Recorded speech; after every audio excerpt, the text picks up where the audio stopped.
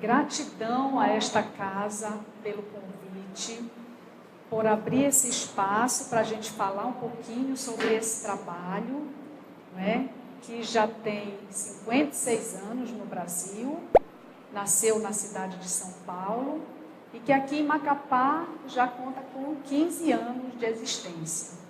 E aí a gente vai falar um pouquinho do trabalho do CVV para a gente compreender melhor por que valorização da vida é uma tarefa, um compromisso de todos nós. Tá bom? O CVV é uma entidade sem fins lucrativos que atua gratuitamente na prevenção do suicídio, como eu falei para vocês, desde 1962, né, há 56 anos. É também membro fundador do Be Friendly Worldwide e ativo junto ao IASP, que é a Associação Internacional de Prevenção do Suicídio, da ABEPSI, Associação Brasileira de Estudos e Prevenção do Suicídio, e de outros órgãos internacionais que atuam na causa. Então, o CVV, ele faz parte, né, dessa comunidade internacional, inclusive, que trabalha na prevenção do suicídio. Tá? Aqui nós temos as nossas redes sociais que podem ser acessadas, tá? Facebook, Instagram, e a gente atende hoje gratuitamente pelo número 188. É uma ligação sem custo, que pode ser feita de celular, de telefone fixo, de orelhão, se a gente ainda encontrar algum por aí, né? Que não tinha mais função, agora olha só a função do orelhão, né? Uma pessoa que esteja precisando conversar com alguém, que esteja precisando desabafar, pode se valer desse aparelho para contar um pouco da sua dor, né? E o site do CVV, cvv.org.br, pode ser acessado, inclusive para sabermos sobre as informações a respeito de como se tornar um voluntário do CVV, né? Então, o CVV, ele funciona como um pronto-socorro emocional. Mas o que significa isso? Bom, quando a gente tem algum problema físico, né? A gente quebra uma perna, a gente se acidenta, ou então a gente passa mal, né? Com vômito, por exemplo, a gente procura o pronto-socorro, né? Um hospital, uma emergência, para a gente tratar daquela questão física, não é verdade? Porque a gente quer sanar aquela dificuldade, a gente quer se livrar daquela dor que está incomodando, aquele mal-estar, não é verdade? E quando essa dor é na alma? Quando essa dor é invisível? Quando só eu percebo o que está doendo aqui dentro, né? A gente não tem um pronto-socorro, né? Hoje já temos um serviço aqui em Macapá, no Hospital de Emergência, um serviço psicológico, 24 horas funcionando, né? Com o profissional da área da psicologia atendendo essas pessoas. Mas o CVV faz isso já há 56 anos, ouvindo as pessoas que precisam compartilhar uma dor, que precisam aliviar seu sofrimento, né? É tão difícil, né, gente, a gente conseguir alguém que esteja ao nosso lado, disponível, que esteja querendo ouvir aquela queixa, né? Muitas vezes uma queixa repetitiva, né? Porque às vezes o sofrimento, ele vem de longo tempo. E é por isso que muitas vezes a pessoa entra pela via do suicídio, porque ela não dá mais conta de carregar tudo aquilo sozinha. Todos nós queremos ser aceitos, né? Nós queremos ser ouvidos, né? Eu quero ser respeitada, né? Vocês também. Eu quero ser compreendido na minha dor, no meu modo de sentir, não é verdade? Mas é muito difícil a gente encontrar alguém que faça isso por nós, na hora que a gente está com essa dor no coração, né? A dor que ela é emocional, né? Mas que ela chega às vezes a doer no físico, de tão forte e intensa que ela é. Então o CVV, ele funciona como esse pronto-socorro, né? A pessoa pode ligar para conversar com alguém. Ah, mas o trabalho do CVV é esse, né? Conversar. Porque hoje as pessoas não têm tanta disponibilidade. Não só hoje. Hoje eu acho que um pouquinho mais, né? De indisponibilidade. Mas desde sempre. Né? 1962, quando o CVV foi criado, ele foi criado por conta do aumento de número de suicídios na cidade de São Paulo. Então, alguns jovens, né, que inclusive faziam parte de uma instituição espírita, se preocuparam e quiseram fazer algo pelas pessoas que estavam sofrendo. E aí, depois do início do trabalho, né, eles se basearam no trabalho dos Samaritanos de Londres, né, que já é uma instituição mais antiga, que já oferece esse apoio há mais tempo, e eles pegaram esse modelo dos samaritanos, daquele que serve sem saber a quem, não é verdade? Que paga para servir, né? Paga a hospedaria daquele, né, que estava caído, né, e recebeu esse apoio no momento em que mais precisava. Então, eles estabeleceram, instituíram no Brasil o CVV. E aí, depois, como eles foram percebendo a dinâmica do trabalho, desvincularam, né, da questão religiosa, apesar de ter nascido numa casa espírita, o CVV nunca foi ligado à instituição espírita, né? Mas eles eram jovens evangelizandos e incomodados com aquela situação, queriam fazer alguma coisa, né, pelas pessoas. E aí o CVV tomou essa atitude de desvincular, né, para que possa atender a todos indistintamente. Então o CVV ele é apolítico, ele é religioso, vem para o trabalho voluntário quem tem a disponibilidade para servir, né? E se utiliza do trabalho voluntário qualquer pessoa que esteja precisando, tá certo? E aí a gente se pergunta, né? Por que uma pessoa se mata? Né?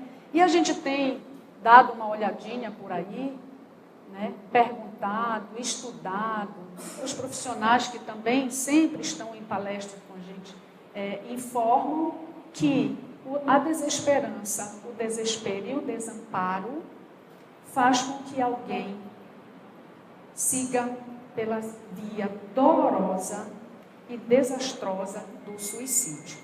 Então, a gente precisa apoiar quem está se sentindo assim. E é um papel de cada um de nós. Não é um papel só para profissionais, nem é um papel só para voluntários do CVV, por exemplo. Papel só para um atendimento fraterno, né, de uma casa espírita, como no caso que aqui vocês têm. Mas o papel de todos nós. E eu digo sempre que hoje o CVV conta com 2.500 voluntários, em torno disso. E em 2016 a gente atendeu, há muito tempo a gente já vinha atendendo 1 milhão de chamadas por ano. Em 2017, com o evento do 188, né, que conectou todo o Brasil, agora em julho, né, desse ano, todos os municípios brasileiros podem acessar o 188 gratuitamente. E aí a gente passou para 2 milhões de atendimentos por ano. Em 2017 nós tivemos esse número. E agora a perspectiva é que a gente atenda 3 milhões de pessoas. Então, por mais que nós sejamos 2 milhões de voluntários, 3 milhões de voluntários, nós nunca seremos suficientes em números para alcançar a todos aqueles que sofrem. Por quê? Porque o sofrimento ele é inerente ao ser humano. Ele faz parte da nossa vida, da nossa rotina. Horas a gente está com a vida organizada, né?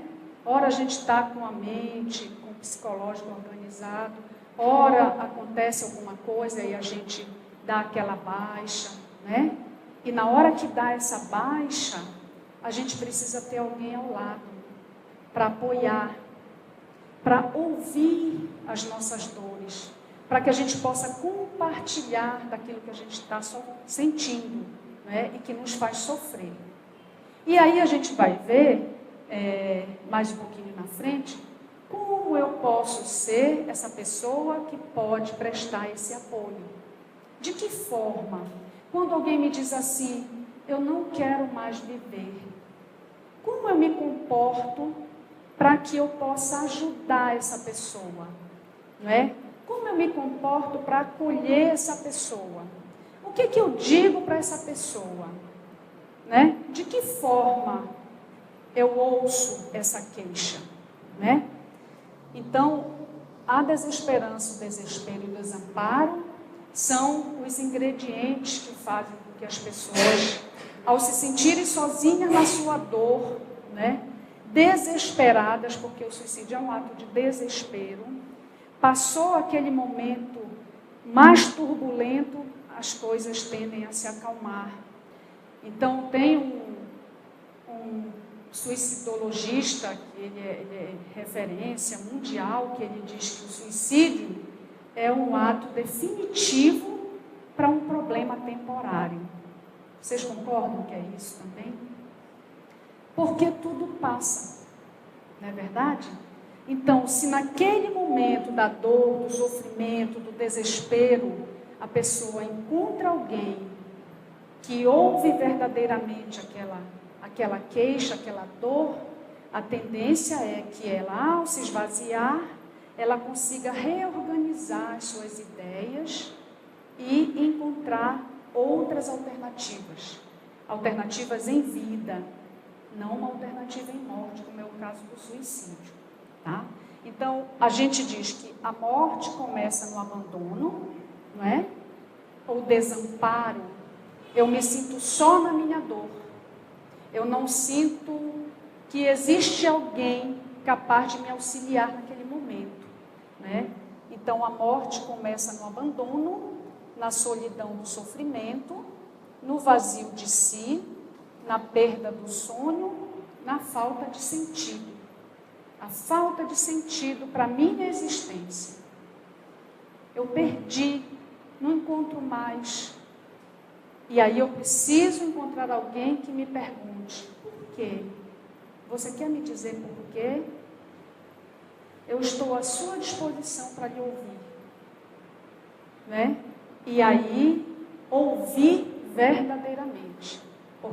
E se preparar, porque pode ser uma resposta longa. A gente tem atendimentos no CVV que demoram 1 hora, 2 horas, 3 horas, 4 horas, 5 horas e meia. Foi o atendimento que uma das nossas colegas fez um dia desses. O plantão é de 4 horas. Mas passou do plantão, e aí?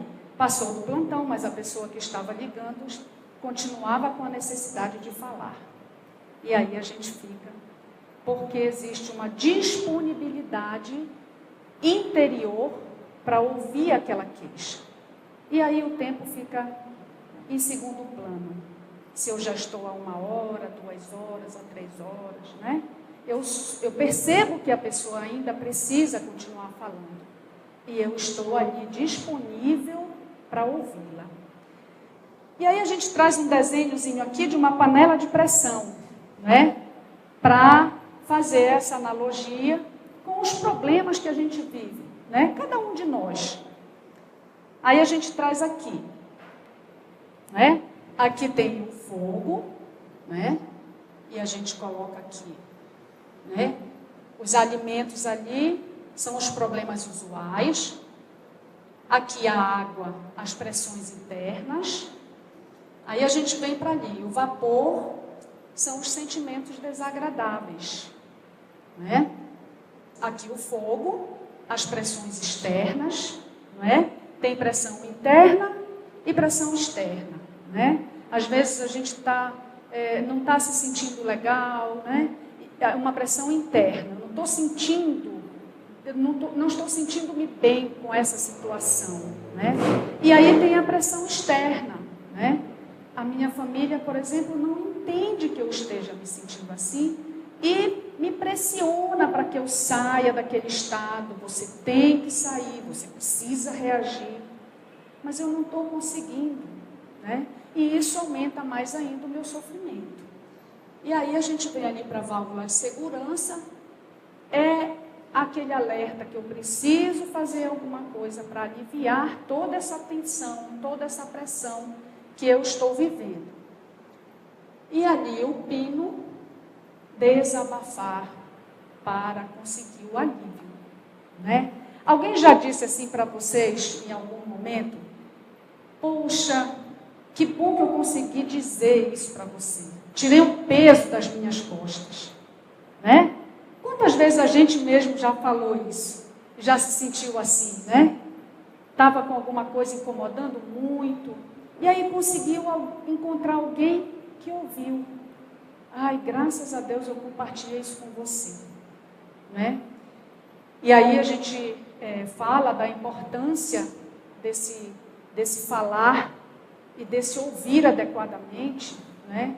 Porque a gente conheceu uma história em que a pessoa passava por momentos muito difíceis e aí ele estava separado, era um homem, estava separado e ele conseguiu falar com a ex-esposa. E aí falou. E aí ele, no final da conversa, ele disse assim para ela: poxa, ainda bem que eu encontrei você, que eu consegui falar com você, porque senão eu teria feito uma besteira. Foi essa a expressão que ele usou. 1 ano depois, passa novamente por um momento de dificuldade, tentou contactar com alguém, não conseguiu, cometeu suicídio. Não é verdade? Então é por isso que a gente acredita, né, que a gente precisa ouvir as pessoas. A escuta ativa, aquela escuta onde eu me interesso por aquilo que está sendo dito, verdadeiramente. Eu não perco uma vírgula do que está sendo dito. Eu tenho a minha atenção total colocada ali naquele momento. Tá? Então a gente chama de escuta ativa. Aceitação. Outro item que a gente precisa agregar na nossa vida para que a gente consiga ajudar alguém em momento de sofrimento. Tá?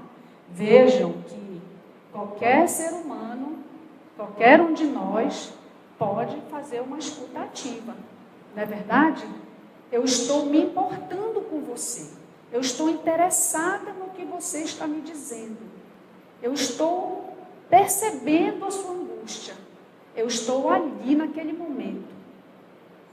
Eu não estou, por exemplo, conversando com alguém no WhatsApp e conversando com a pessoa que está querendo conversar comigo.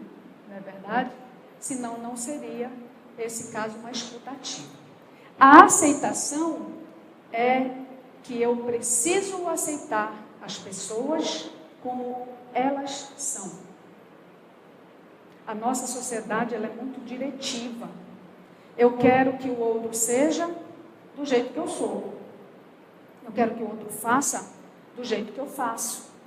Porque eu acho que para a vida dele é melhor que seja assim, da minha forma.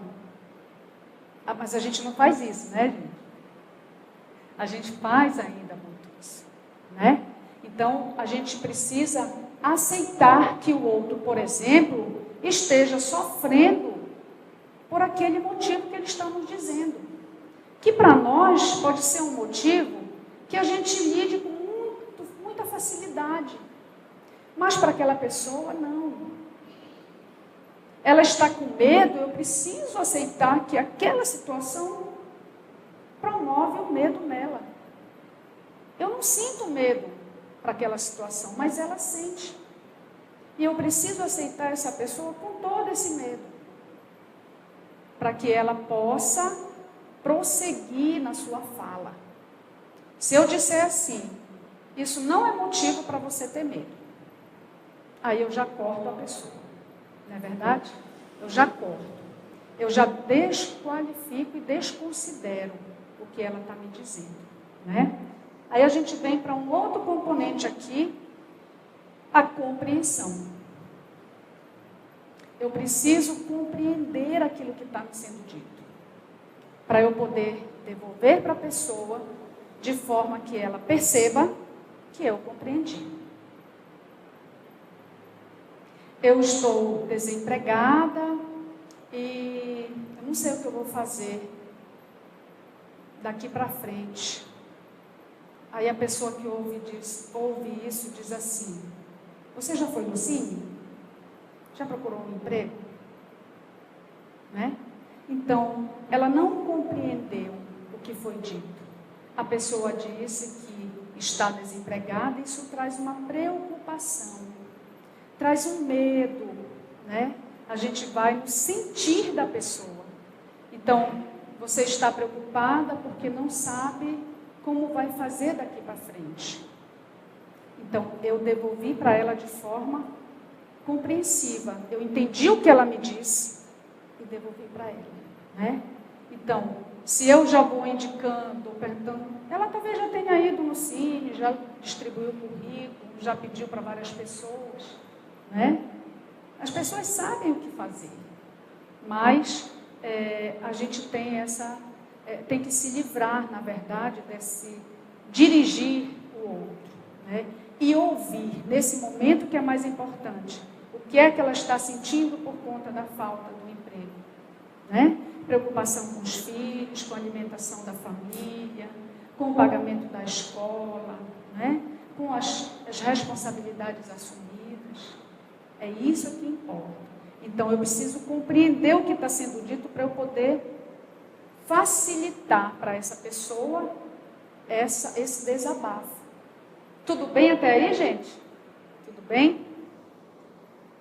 Outro item, respeito, né? A gente precisa fazer essa escuta ativa de forma respeitosa, né? O conselho, por exemplo, é uma coisa que não faz parte do diálogo que a gente trava no CVV, né? E aí a gente diz também que não deve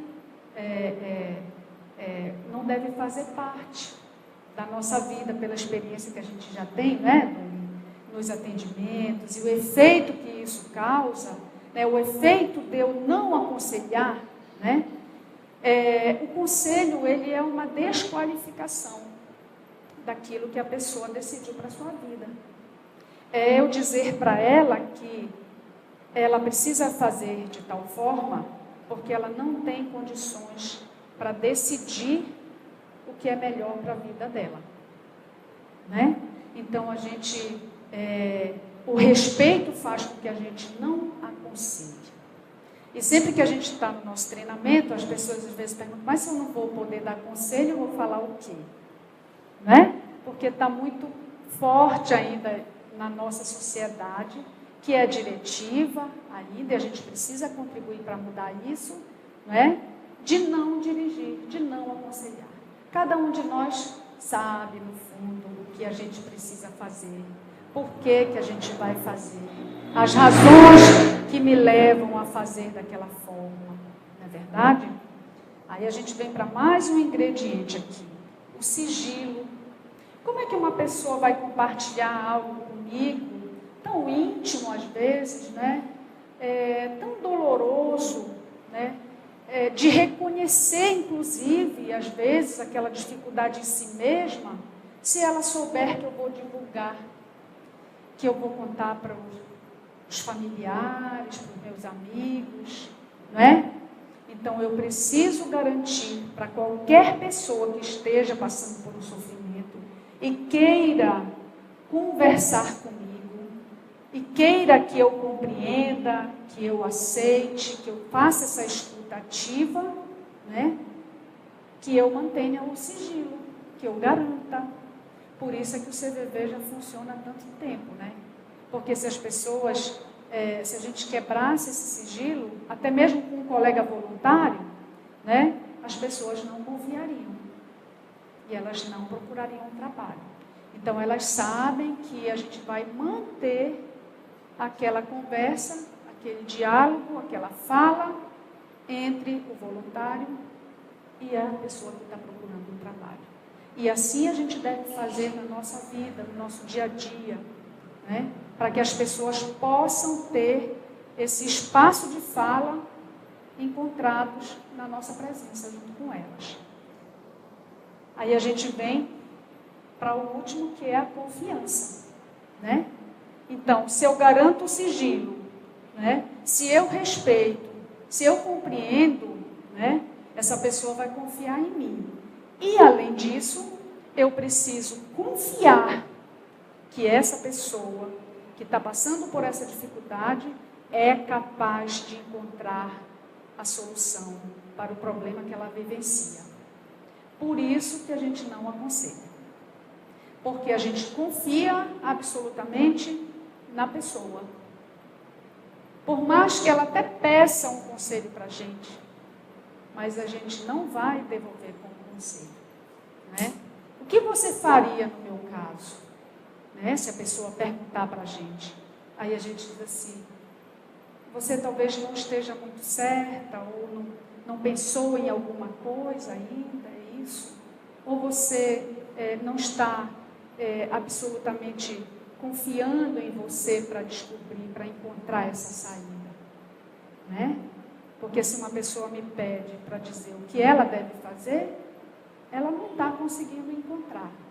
Ela não está com a sua autoconfiança ali colocada para que ela mesma possa descobrir e encontrar o caminho para aquilo que ela está vivenciando. Tudo isso, gente, é valorização da vida. O CVV, que é o Centro de Valorização da Vida, trabalha com valorização da vida. E a gente valoriza a vida quando a gente escuta ativamente alguém, quando a gente aceita essa pessoa do jeito que ela é, com tudo que ela traz, né? Quando a gente compreende, quando a gente respeita o que ela está sentindo. Por isso que a gente não diz assim, bobagem, isso logo passa, amanhã é outro dia. Esses clichês, essas frases assim, elas só aumentam o sofrimento de quem já está com um sofrimento muito grande. Então, o sigilo e a confiança, somados a isso aí, dessa forma a gente valoriza a vida. E quando a gente valoriza a vida, a gente previne o suicídio. Porque uma pessoa que se sente aceita, se sente respeitada, né, se sente compreendida, né, que encontra alguém que ouviu a sua dor, né, uma pessoa que ouviu e que confia que ela é capaz de encontrar as saídas, ela se sente valorizada. E aí ela dificilmente vai entrar pela via do suicídio. Aí a gente traz essa imagem para vocês, dizendo que o suicídio ou tentativa de suicídio comunica um intenso sofrimento. Não é um ato de covardia, muito menos de coragem, como uma vez já perguntaram. É intenso sofrimento. Eu não consigo mais suportar aquilo que eu estou vivendo. Quem se mata, você já deve ter ouvido falar isso, não quer morrer, quer matar a sua dor.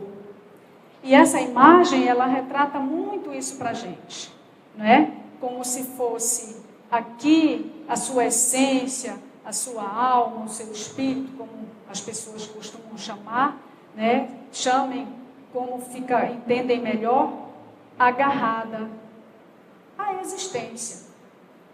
O nosso impulso é para a vida, nosso impulso não é para a morte. Se a gente vai atravessando uma rua e escuta uma buzina, a primeira coisa que a gente faz é dar um pulo e tentar se proteger. Não é verdade? Porque o nosso impulso é para a vida. Então, ninguém quer sair da cena da vida. Muito menos pelo suicídio. Não é?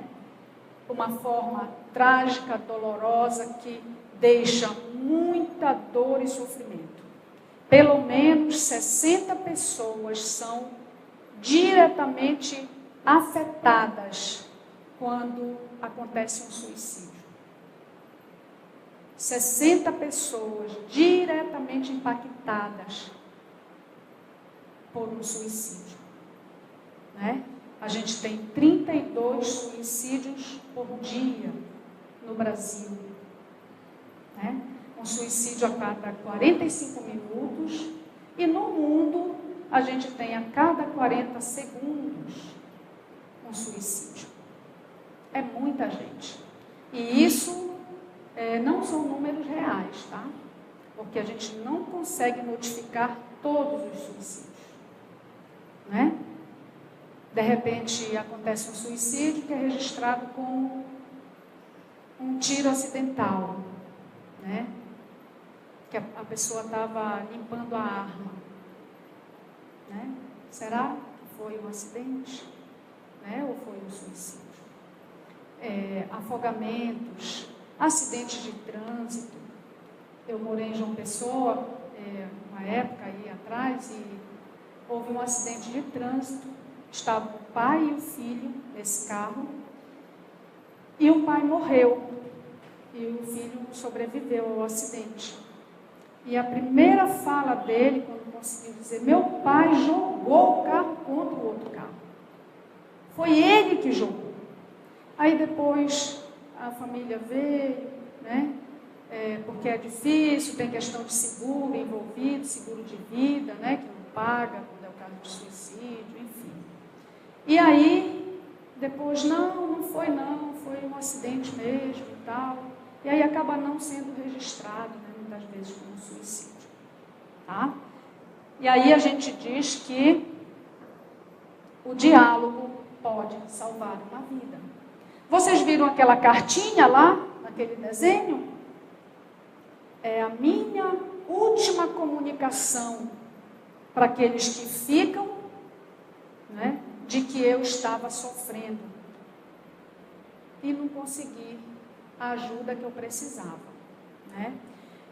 Pode acontecer, claro, eu conheço uma história, um livro da Paula Fontinelli, ela conta, é uma escritora pernambucana, que o pai suicidou e ela foi estudar o tema para entender, para compreender até a sua própria dor mesmo. E ela relata lá que um jornalista pernambucano, ele, desde muito cedo, ele dizia, eu vou morrer com 60 anos. E ele cometeu suicídio com 60 anos. Ele dizia que ele não ia enfrentar a velhice. Então, existem esses casos assim, que são a minoria de uma decisão e uma situação que a pessoa resolve vivenciar, e ele realmente fez isso, né? Mas a maioria é um impulso, é um momento de desespero, que a pessoa, se receber esse acolhimento, né, ela certamente fará a opção pela vida. O CVV é uma filosofia que nos traz uma proposta de vida. E essa proposta de vida é para que nós sejamos compreensivos, respeitosos, acolhedores e que a gente confie nas pessoas. Esse é o exercício do amor. A gente vai chegar lá no amor, não é verdade?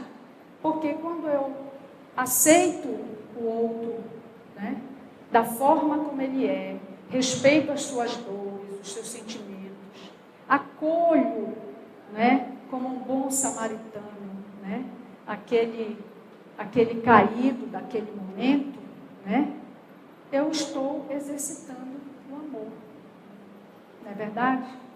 E aí a gente é convidado por esse trabalho, né,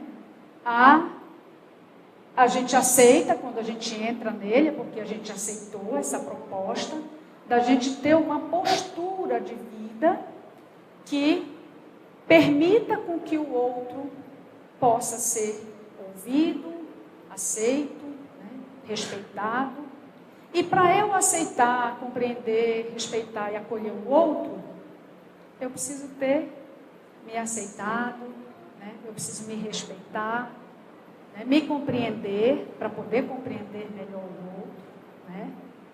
Então, a gente É um exercício para que a gente esqueça da gente no momento em que alguém está precisando e que a gente caminhe ao lado dessa pessoa, né?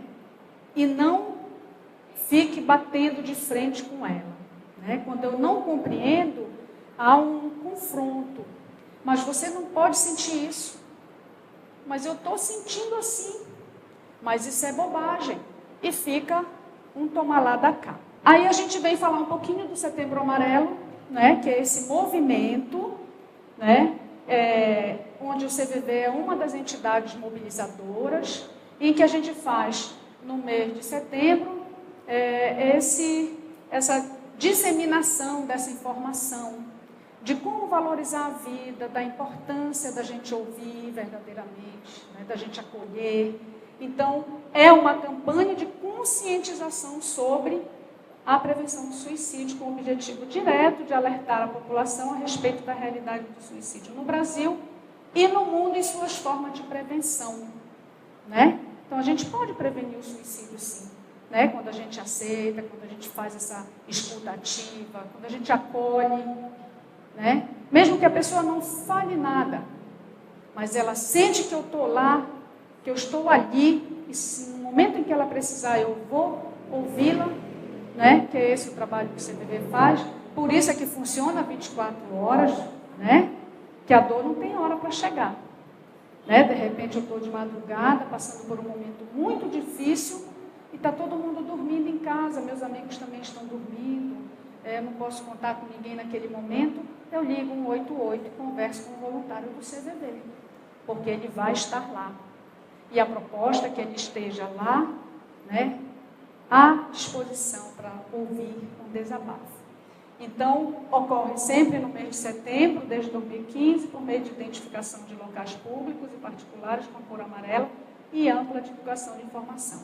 Todo o material do Setembro Amarelo, qualquer um de nós pode acessar o www.setembroamarelo.org.br e imprimir o material, distribuir o material, usar a cor amarela, né? Colocar uma fita amarela na frente de casa, né? No carro. Todos nós podemos fazer essa divulgação, porque o suicídio, ele é um fenômeno que interessa a todos nós. Quantos aqui, né, já se depararam com alguma situação de suicídio que diz: nunca imaginei que fulano fosse capaz de fazer isso?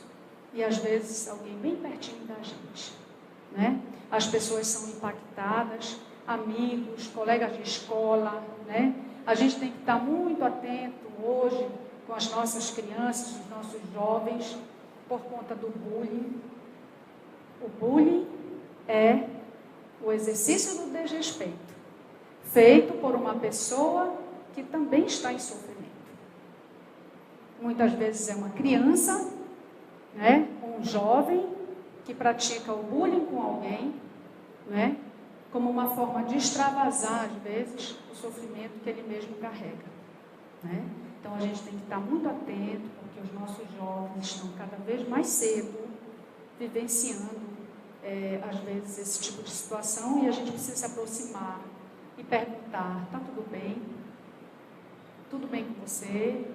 Como é que está a escola? E aí eu preciso ter disponibilidade de tempo para parar, né, e sentar e conversar, né? Então, a pergunta que eu fiz para você: o que eu digo para uma pessoa que diz que vai, né, não quer mais viver? Pergunte por quê. A gente precisa quebrar o tabu do suicídio, falar abertamente para possibilitar as pessoas de dizerem aquilo que elas estão sentindo. E isso vai fazer com que elas coloquem para fora, se aliviem e aí comecem a pensar em outras possibilidades. Então, por que você não quer mais viver? Você quer me dizer? Posso te ajudar de alguma forma? Né? Se você quiser conversar comigo, eu estou pronto para te ouvir. Se você não quiser conversar comigo também, tudo bem. Mas procure alguém para conversar. Porque às vezes a pessoa não quer compartilhar com a gente. E a gente pega o ingrediente lá, que é o respeito, e aí a gente diz para a pessoa: tudo bem, eu quero que você fique bem. Então, se você quiser conversar, deixa o número à disposição, né? O 88 ali gratuito, né?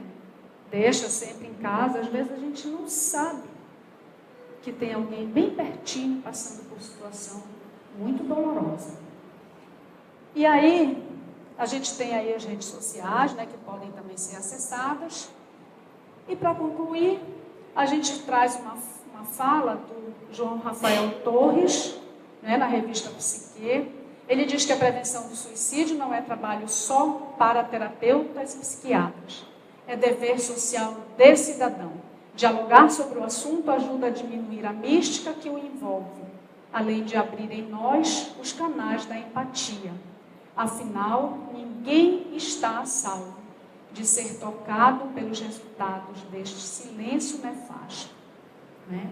Então, é um compromisso de todos nós, né, que a gente possa sair hoje daqui com essa reflexão, que a gente possa olhar com mais amorosidade, né, para as pessoas que estão próximas, né? A gente precisa se aproximar.